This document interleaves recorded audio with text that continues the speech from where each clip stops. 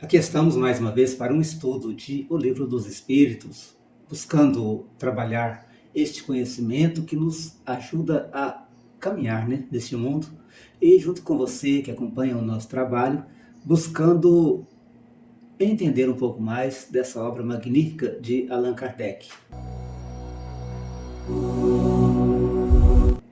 Nós estamos vivendo tempos difíceis, tempos de muita crise, inclusive crise na questão ambiental, crise na questão política do país, e o estudo espírita nos ajuda a fortalecer o conhecimento em nós e nos ajuda a levar adiante a nossa vida com um pouco mais de alegria, com um alicerce de conhecimento mais forte e assim nos tornando cada dia mais pessoas úteis à sociedade.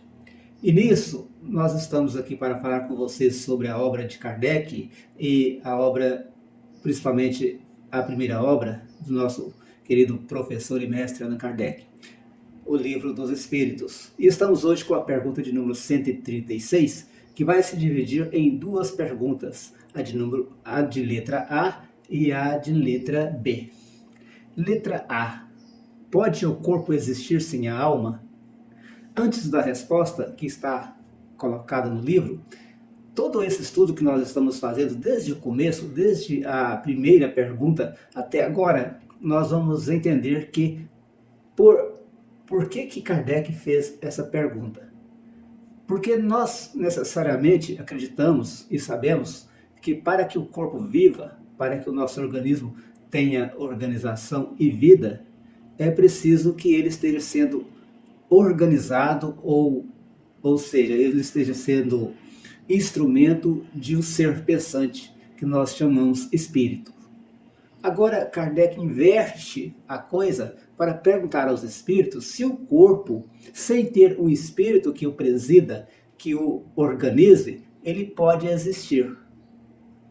Nesse sentido, então, nós vamos fazer a leitura da resposta para depois comentarmos com vocês a respeito.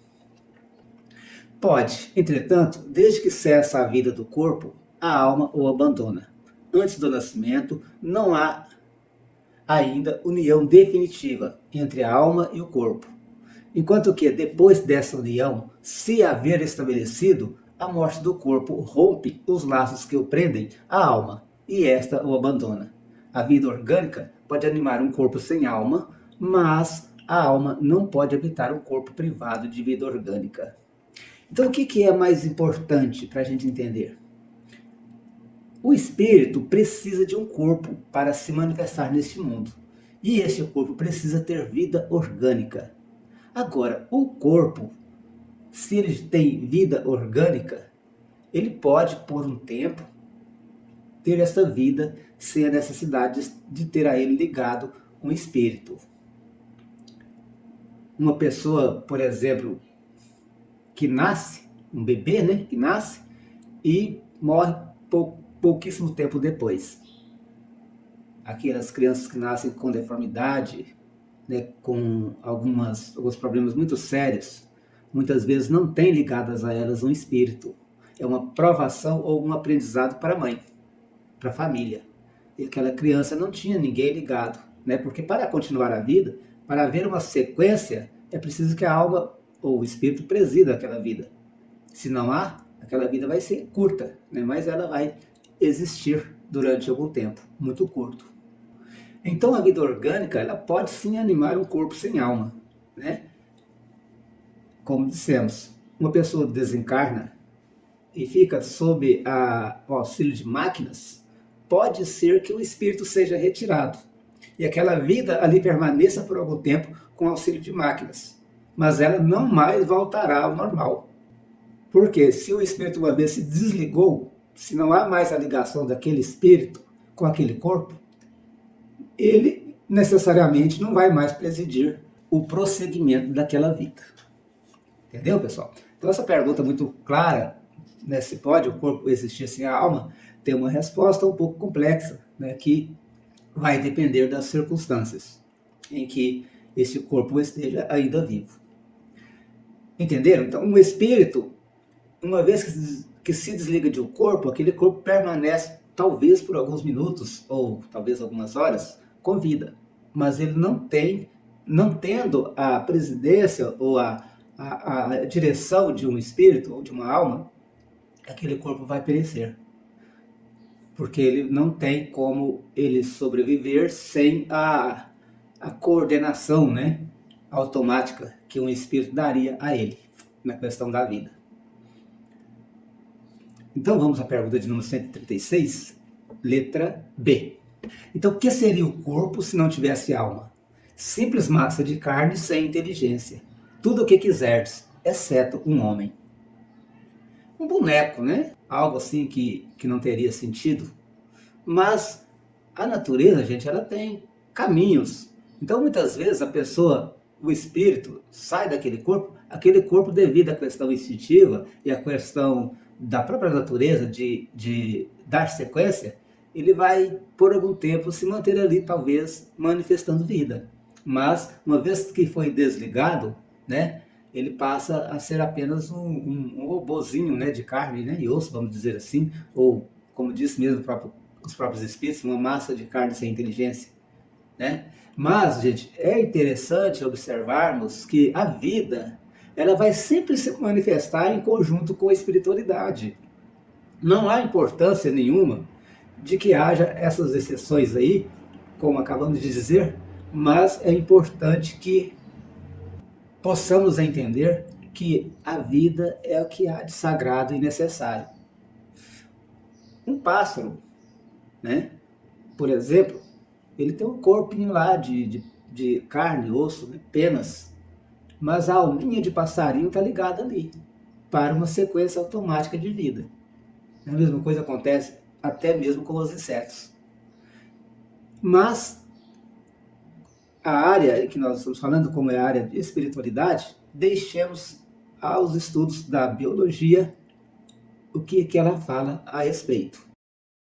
Eu elaborei um texto a respeito do assunto, com a ajuda da intuição, né, da espiritualidade.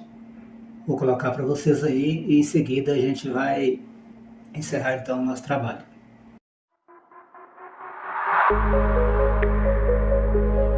Por ocasião da necessidade e oportunidade de um espírito reencarnar, após sérios e por vezes demoradas elaborações do projeto no plano espiritual, chega-se ao momento da concepção, quando o espírito é ligado ao embrião que forma sua primeira célula.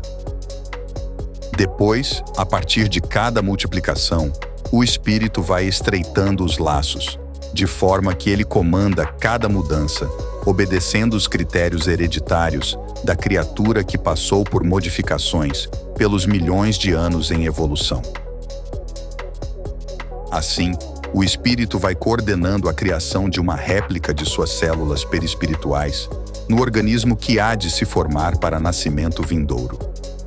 Essa criação de células ou moléculas equivalentes ao corpo espiritual se fará até o nascimento e depois, por longos anos, repetirá o mecanismo substituindo células que morrem, até o fim deste corpo.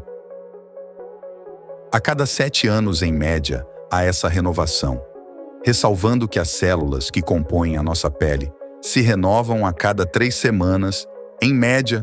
Por exemplo, as células de gordura ou mesmo dos ossos podem chegar a levar 10 anos para se regenerarem. Mas nem todas as células cerebrais, por exemplo, se regeneram com o passar do tempo. Enfim, quase todas nossas células são renovadas e substituídas, e por serem cópias das anteriores, suas réplicas vêm com marcas que evoluem para os caracteres da velhice, comparando-se a uma máquina copiadora que faz cópias de cópias. Não havendo espírito para coordenar a formação desse corpo, ele se degenera, descontrola-se, aparecem sérias anomalias, levando, enfim, ao extinguir da vida, naturalmente, embora o automatismo e a influência materna o mantenha por algum tempo.